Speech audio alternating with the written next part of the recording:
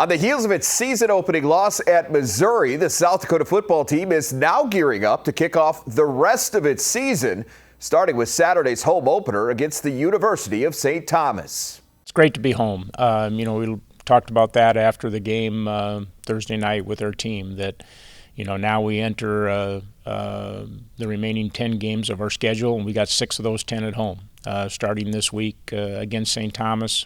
St. Thomas may be new to the FCS ranks, but they have not played like it. Under the direction of former Coyote offensive coordinator Glenn Caruso, the Tommies are 18-4 since making the leap from Division III in 2021.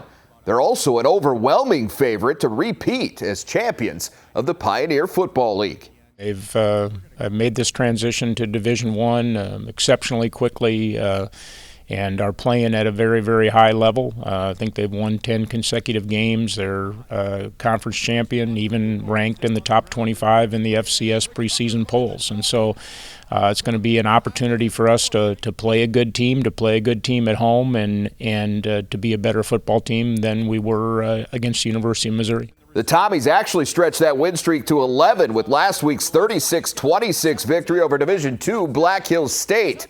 That outcome may have been a little tougher to come by than expected, but Bob Nielsen believes there is much more to St. Thomas than what met the eye against the Yellow Jackets. Black Hills did a good job of staying with it, got themselves kind of back into the game, although St. Thomas was always able to keep it as a 2-score situation and control the football at the end when they needed to. And so, I think like all first games, just like us, you learn a lot about your football team. You understand that there's some things you got to work on, and that's what this week is all about for us, and I'm sure it'll be the same for them. Offensively, they want to be a ball control football team. They want to run the football.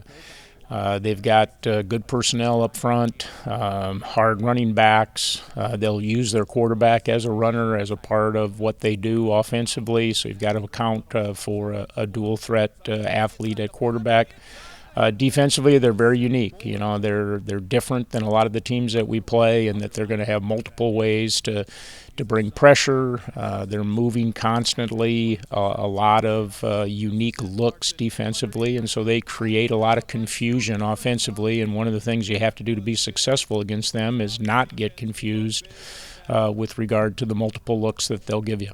St. Thomas and South Dakota square off Saturday in what will be just the second meeting ever between the two schools. You can find that game live on Midco Sports and Midco Sports Plus with coverage starting at 1 p.m. sharp.